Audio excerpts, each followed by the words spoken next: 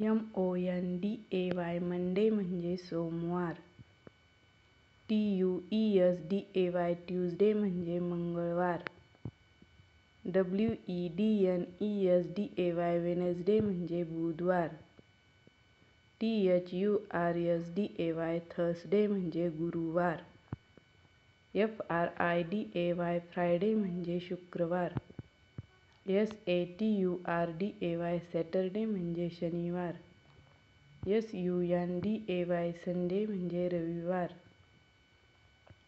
मराठीवार: सोमवार, मंगळवार, बुधवार, गुरुवार, शुक्रवार, शनिवार, रविवार. MONDAY Monday. TUESDAY Tuesday. WEDNESDAY Wednesday. THURSDAY Thursday. FRIDAY Friday.